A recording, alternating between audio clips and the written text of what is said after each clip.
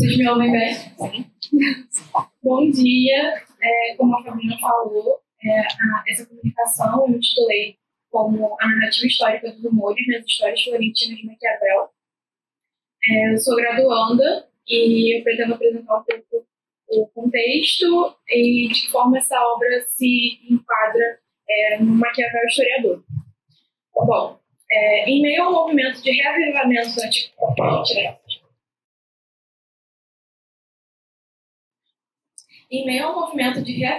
antiguidade clássica, associado ao compromisso civil com a tradição republicana, o território florentino vive um contexto de efervescência cultural, valorização da vida civil, participação política e retomada da antiguidade que agitaram o cenário político na defesa de instituições republicanas e, sobretudo, na defesa da liberdade no século XIV.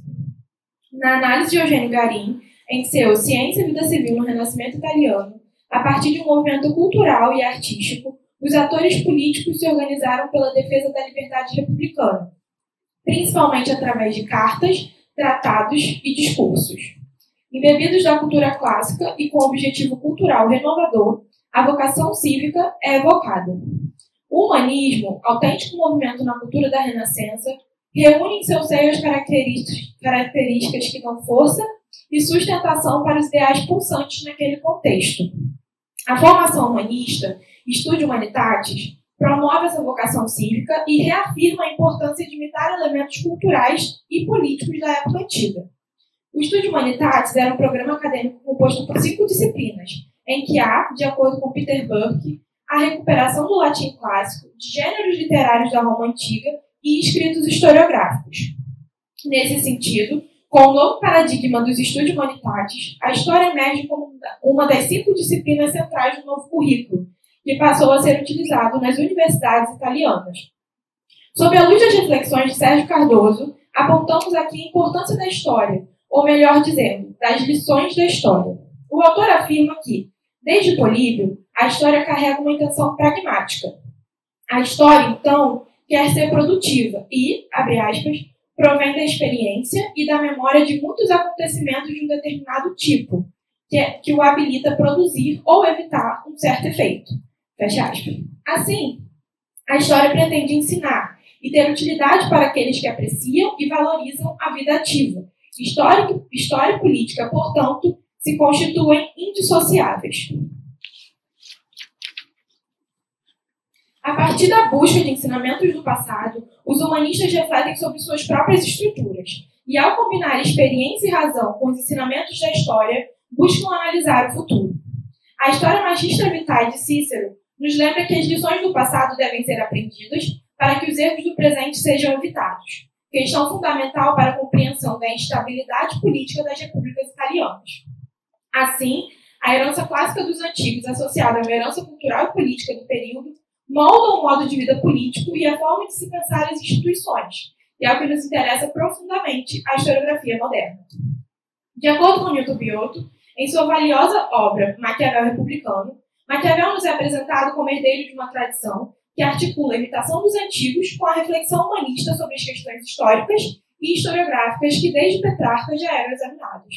Ainda assim, a figura do Maquiavel historiador também revela a ruptura com seus predecessores e assume um posicionamento crítico sobre os homens de seu tempo, pautado em uma interpretação realista da política e dos acontecimentos. Nesta comunicação, nos deteremos à narrativa histórica maquiaveliana, presente no livro 2 de sua única obra propriamente historiográfica, intitulada História de Florença, que foi publicada póstumamente em 1532, mas escrita entre os anos 1520 a 1525 por incumbência do Papa Clemente VII, Júlio de Médici. Patrícia Aranovitch afirma que as histórias florentinas de Maquiavel rompem com a tradução dos escritos historiográficos de Florença, já por ser fruto de uma encomenda dos Médici. Visto que as histórias das cidades produzidas anteriormente eram escritas a partir de uma escolha independente do historiador. Ainda assim, a escrita das histórias era motivo de honra e prestígio, e durante todos os anos em que escreveu a última de suas grandes obras, Maquiavel foi nomeado oficialmente historiador da cidade de Florença. O historiador Maquiavel narra, então, o processo pelo qual uma república se torna um principado, em que a política e a história estão em constante diálogo e não podem ser dissociadas. Ainda segundo Aronovitch, abre aspas, cada acontecimento revela, por sua inserção nos movimentos universais, a verita effettuale della cosa, verdade efetiva das coisas. Retomamos aqui uma importante questão de Sérgio Cardoso sobre a análise maquiaveliana dos acontecimentos. Para o autor, assim como para esta pesquisa, o efetivo é matéria-prima de toda a reflexão política de Maquiavel, em que os acontecimentos das coisas do mundo experienciadas e a lição das coisas antigas são objeto central das narrações das histórias.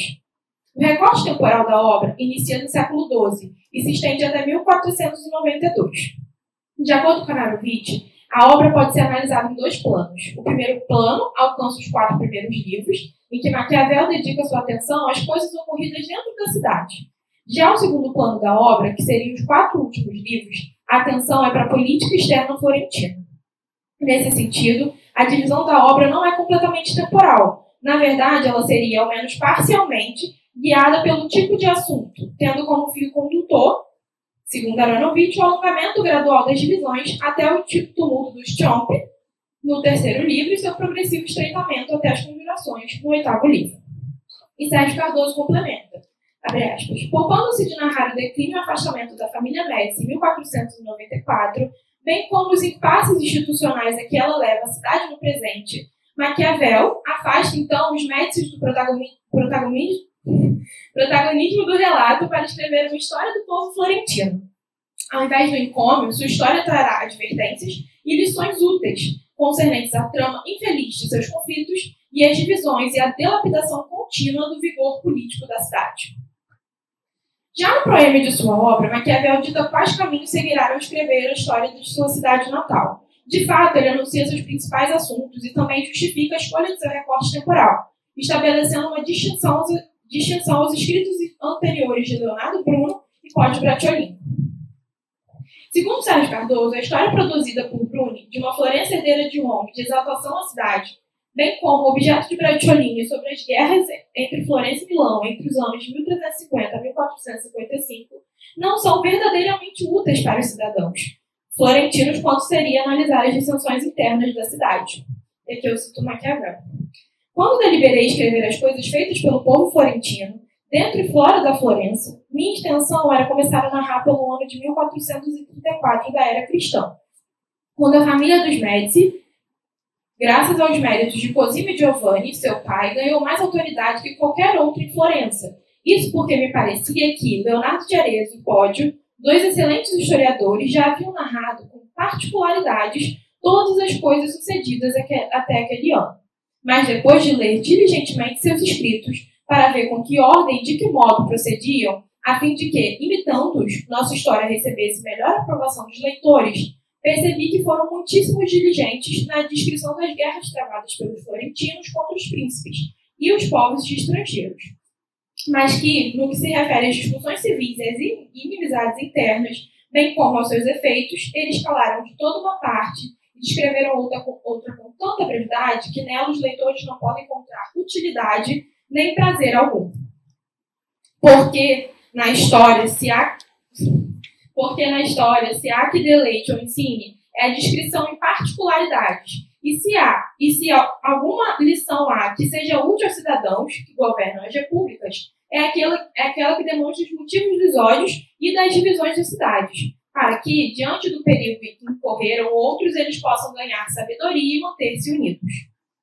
Nas primeiras linhas dessa passagem, podemos notar uma ruptura com os escritos contemporâneos a ele, a partir da crítica aos historiadores Bruno e Bracciolini, em relação ao recorte escolhido pelos 2 historiadores, considerando suas análises insuficientes por não se dedicar aos acontecimentos internos em Florença e serem diligentes nas narrativas das guerras e batalhas, marco da historiografia humanista inspirada nos antigos romanos. Já em seguida, Maquiavel utiliza de um elemento da tradição humanista, ao dizer que pretendia imitar a escrita da história daqueles que o antecederam, retomando uma importante característica do humanismo, a arte de imitar. Finalmente, nas últimas linhas da passagem, temos 2 principais elementos de análise para este trabalho. O primeiro refere-se à questão central nas histórias, as dissensões internas da cidade, ou, para usar o seu termo, as inimizades internas e os seus efeitos. O segundo elemento é a perspectiva pragmática da história, de uma história que ensina e que deve ser útil para aqueles que governam e para os cidadãos. E, por isso, também é importante se examinar os acontecimentos da cidade. Ainda sobre o seu proêmio, Aaronovitch nos direciona a pensar a questão da mudança do objeto do seu relato, em que originalmente seria narrada uma história de exaltação à família Médici, e se altera para uma narrativa em que ele analisa o modo como a República Florentina torna-se um principado, observando os cidadãos florentinos e seus humores. De acordo com Newton Biotto, em sua narrativa histórica, Maquiavel ressalta a importância da ação humana na construção dos destinos da cidade, fornecendo uma perspectiva original, de forma que ela não participa, abre aspas, nem da antiga visão de um retorno cíclico dos acontecimentos, nem da concepção moderna da história, fecha aspas. A primeira é relacionada à teoria cíclica da história proposta por Políbio e reafirmada por diversos historiadores da modernidade. E a última refere-se aos aspectos historiográficos da Renascença e seus padrões de escrita da história.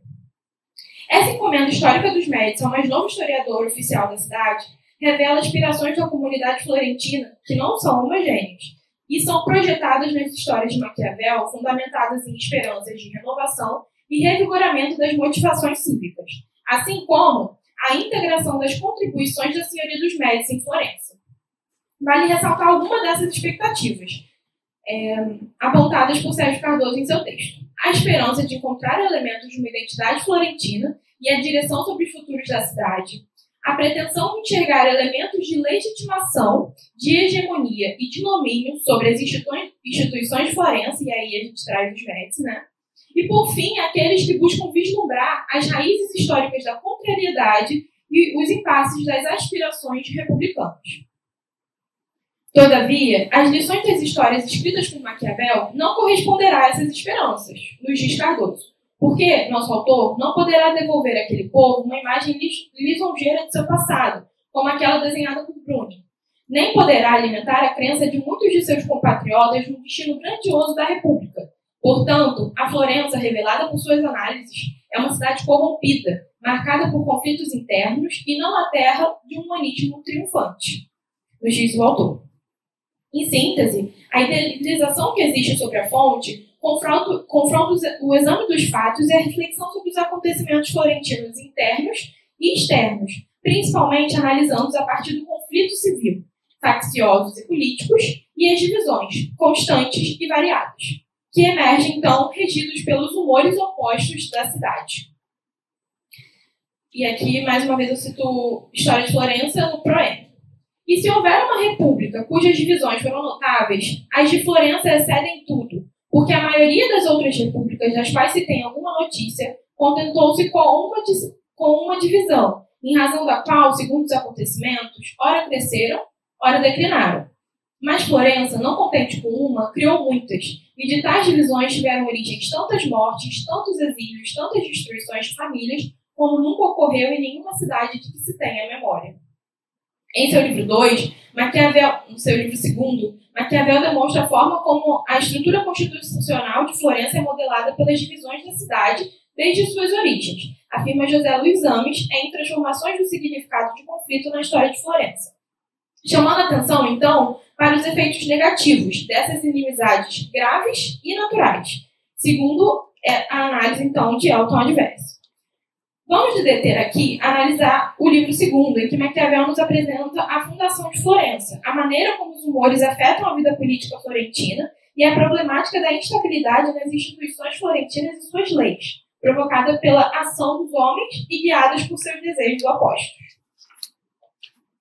A constituição da cidade e a maneira como ela se organiza politicamente são pano de fundo da análise do conflito civil. Assim, a Florença é analisada em uma narrativa sobre seus humores, que são naturais e inevitáveis, mas que são causa primária das dissensões entre os homens. Sobre Florença, Maquiavel nos diz que sempre foi chamada de Florência. Fosse qual fosse a razão de ser assim chamada, e seja qual for sua origem, ela nasceu sob o Império Romano, até que em 1080, no tempo de Henrique III, a Itália ficou manifestamente dividida entre ele e a Igreja. Apesar disso, os florentinos se mantiveram unidos até 1215, obedecendo aos vencedores e tendo por único império a própria salvação. E ele continua. Mas assim como em nossos corpos as doenças, quanto mais tardias, mais perigosas e mortais são, também Florença, que seguiu mais tardiamente as seitas formadas na Itália, foi a mais afligida por ela. História de Florença, livro 2.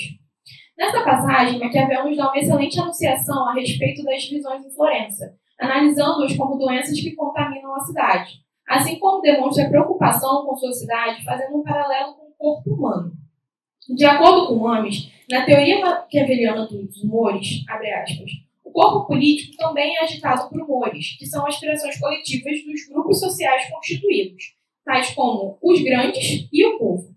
Assim, como no corpo humano, a imposição de humor sobre os demais é a causa de sua doença. No corpo político, também não é desejável que o humor se imponha definitivamente sobre o outro, sob pena de aniquilar a liberdade e causar a morte do viver e libero.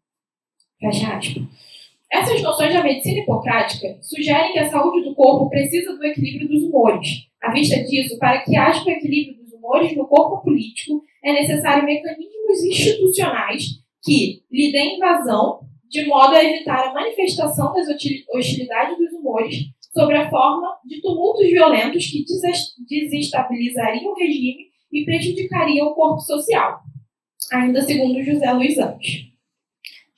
Maquiavel nos diz o seguinte, abre aspas, as guerras externas e a paz interna haviam como que extinguido em Florença os partidos gibelinos e guelfos. Ficaram acesos apenas os humores que naturalmente costumam existir em todas as cidades, entre os poderosos e o povo. Porque, visto que o povo quer viver de acordo com as leis e os poderosos querem comandá-las, não é possível que se ajustem. Esse humor, que ficou encoberto enquanto os gibelinos infundiam medo, mostrou-se com toda a sua força tão logo estes foram dominados. E todos os dias algum popular era ultrajado, não bastando as leis e os magistrados para vingá-lo. História de Florença, livro 2. Neste trecho do capítulo 12 de seu segundo livro, Maquiavel nos fornece as características principais dos humores. Em primeiro lugar, a afirmação de que os humores naturalmente fazem parte das cidades, o que demonstra a impossibilidade de instituí-los da vida política. Em seguida, envolve os atores políticos dialeticamente se relacionam nas cidades, os poderosos e o povo, e seus desejos opostos, sendo impossível que se ajustem. A impossibilidade de coexistirem é a consequência da ausência de uma formação de coerção, leis e instituições para a regulagem desses humores impetuosos da cidade. Examinando a concepção sobre os humores por Maquiavel, o termo carrega em sua essência o desejo e as disposições dos homens, e frequentemente a utilização remete aos ódios ou às inclinações partidárias, bem como é utilizado em toda a sua obra para se referir à oposição naturalmente existente entre o povo e os grandes. O primeiro, então, deseja não ser oprimido, enquanto o último deseja oprimir. Assim, segundo Ames, quando é instaurada essa relação de poder entre os desejos, existem aqueles que se situam na posição de comando e que, enquanto se situam nessa posição, são animados, então, pelo desejo de domínio, já aqueles que estão em posição contrária. E também, enquanto estão nessa posição de submissão, são movidos pelo desejo de liberdade. Vale ressaltar que em Maquiavel não há, no que diz respeito à natureza humana, algo que seja possível justificar esses desejos de domínio e a posição de subordinação. Na verdade, as diferenças que existem, então, são historicamente construídas e devem-se, portanto, essas diferenças ao tempo, afirma Ames. Por fim, ainda citando o autor, essas divisões, muito embora, então, constitutivas do ser social, não têm um modo único de aparecer na cidade. Nessa forma de humores de classe entre grandes e povo, eles opõem-se entre si forças sociais naturais, em que a todas as cidades cujos esses desejos, se não adequadamente regulados, podem levar à república à crise e, finalmente, à destruição. No entanto, encontrando a devida regulação institucional, o confronto entre esses humores constitui-se em pilar da liberdade política. O desejo de não ser dominado pode ser traduzido em exigência de participação política, mas sem se igualar ao desejo de dominar, que é dos grandes. A igualdade dos desejos entre povo e grandes é, para diversos, um problema profundo para a cidade, de forma que, caso o povo passe a desejar como os grandes, isto é, quando ele se torna ambicioso e preocupado em satisfazer os seus próprios interesses, em detrimento do bem comum, a República, então, está com os dias contados. Isso seria uma resolução miserável, então, da oposição fundamental. O humor do povo se igualou ao dos grandes. Entretanto, segundo Biotto, Maquiavel, mantendo-se fiel a esses... Perdão, gente. Entretanto, segundo Biotto, abre aspas, mantendo-se fiel a seus desejos, o povo age continuamente contra os príncipes e, portanto, faz de sua ação, de natureza diversa da dos grandes, um dos pilares sobre os quais se erige a vida política. Continuando, no capítulo 21 do livro segundo, Maquiavel nos direciona sobre essa questão do humor e as divisões. Ele diz o seguinte, abre aspas,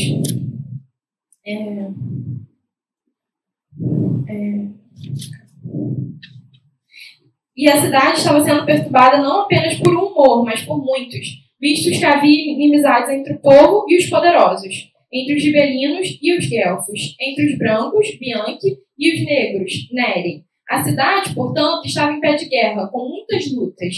História de Florença, livro 2. Os humores, portanto, perturbam a ordem da cidade.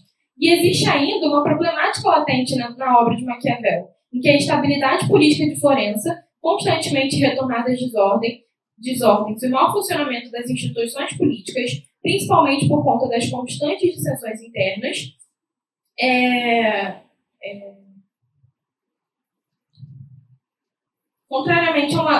contrariando, então, a longa tradição republicana, o Estado é corrompido.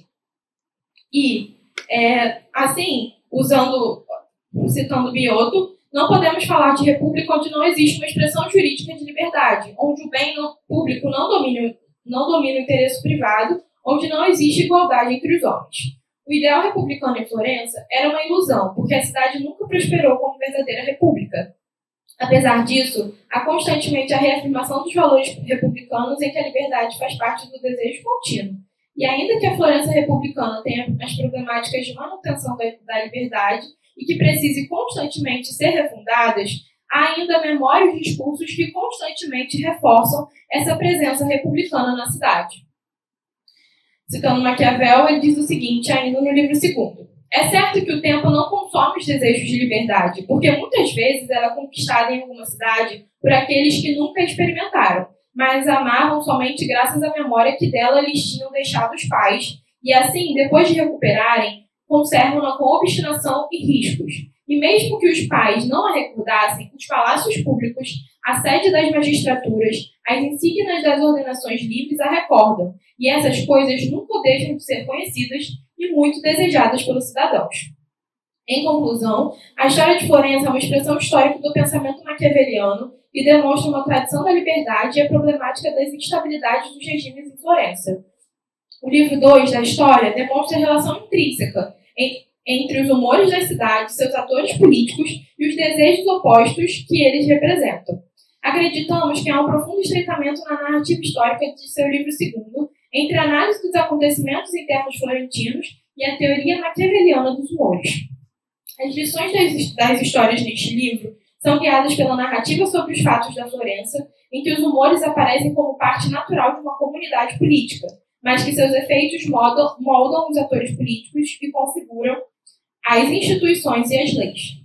Tendo-se em vista, essa comunicação trouxe alguns apontamentos ainda introdutórios, que posteriormente serão aprofundados a partir da análise minuciosa das dissensões, que estão profundamente associadas à ideia de conflito e de liberdade. Ainda assim, busquei fornecer um panorama geral desse segundo livro das histórias florentinas, que examina as constantes mudanças nas instituições de Florença, guiadas pelo conflito civil, que naturalmente faz parte das cidades, diante das oposições de desejos, representada em... Professora Silvia? Tem outras pessoas antes para falar? Não, até agora não.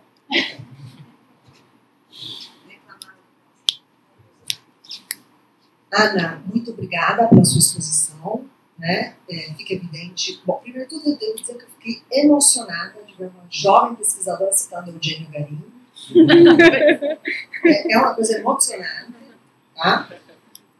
Já estou com inveja do professor Binhotta, porque é um Garim para 5 Binhottas. O Newton virou Caetano, né? Que é citado em todo o Enem. E aí a gente tem que perguntar se está no direito, se está no direito. Então, ok. Bom, então fiquei muito emocionada, parabéns. Acho que é uma leitura muito importante para essas discussões que estão acontecendo aqui, sobretudo nos anos 50, e que hoje é um clássico. Bom, mas eu quero falar sobre outro aspecto. Não é um questionamento, é apenas uma conversa, né? Porque eu sei que você está desenvolvendo ainda o trabalho. Então, talvez eu fiquei pensando, você tem que curtir o Maquiavel. Tem que curtir o Maquiavel, entre aspas, sanguinários. Sobretudo na história fiorentina. Porque não se trata só de falar de conflito, de guerra civil, de instabilidade. Você falando assim parece que é uma coisa normal, né? Mas valeria a pena que você lesse em voz alta e teatralizasse, sabe? Quantas são as punhaladas e onde são? Porque as pessoas são mortas de maneira violenta e descritas com muita precisão. Não é dramático, no sentido de pôr um drama em cena, mas é quase cirúrgico. Então, é uma punhalada na perna, depois uma faca aqui, uma lá, e depois ele é sacudido no chão violentamente e assim por diante. Então, é uma crônica violenta. E é sobre isso que eu quero, talvez, que a gente possa pensar hoje, né? Enfim, ao longo das nossas conversas, que essa relação da violência e da política, e do papel que a violência tem nesses relatos das instabilidades. Eu não sei se você pode ou não fazer alguma relação dessa dimensão violenta em relação aos humores. Por que eu estou falando isso? Porque, obviamente, isso me preocupa na discussão sobre conjura, sobre relato de conjura, óbvio. Mas é sobretudo porque creio que a narrativa, a escolha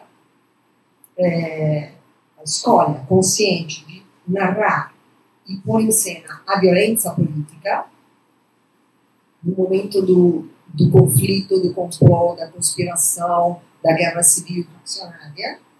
Isso é uma estratégia também de Maquiavel de, talvez, ritualizar, porque a violência tem um lado sacro, sempre, né?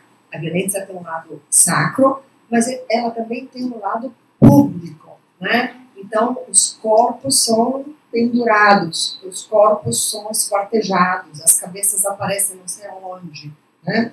Então, esse caráter simbólico da violência, que está presente, inclusive, na fundação de Firenze, não? Uma cidade que está presente, portanto, nas instituições.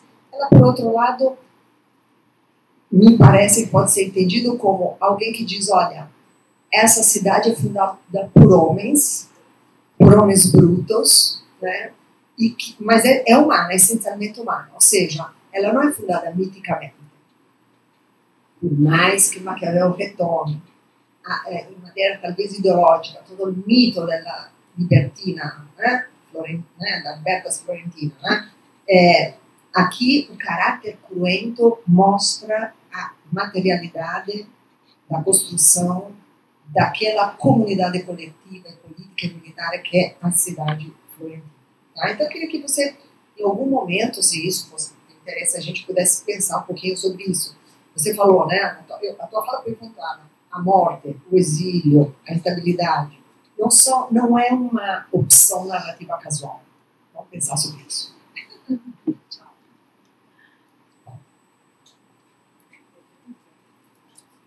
Muito obrigada, Silvia.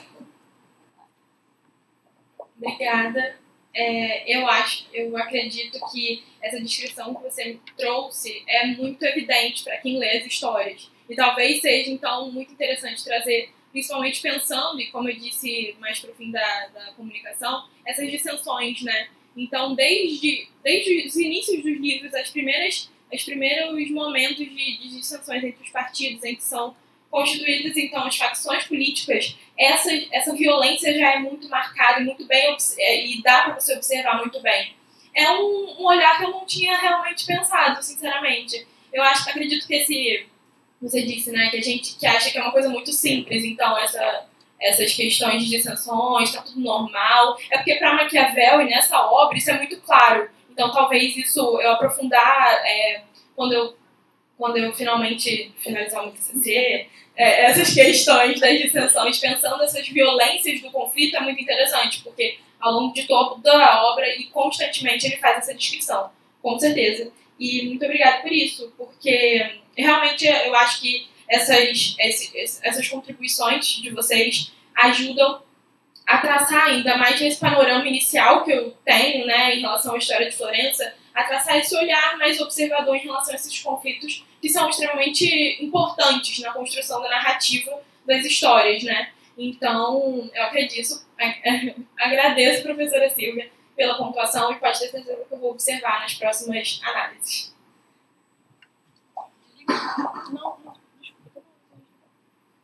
Bom, saímos um pouco agora de Maquiavel, passamos para outra discussão, né, assim, sobre Constituição Mista e Republicanismo Veneziano, o discurso humanista de Lauro Quilini, com o Sérgio Manuel Miranda de Oliveira, que é historiador, orientando a professora Silvia, que aqui está hoje. Ela está de olho, né, Silvia? Então é isso, muito obrigada. Passo a palavra. Daí.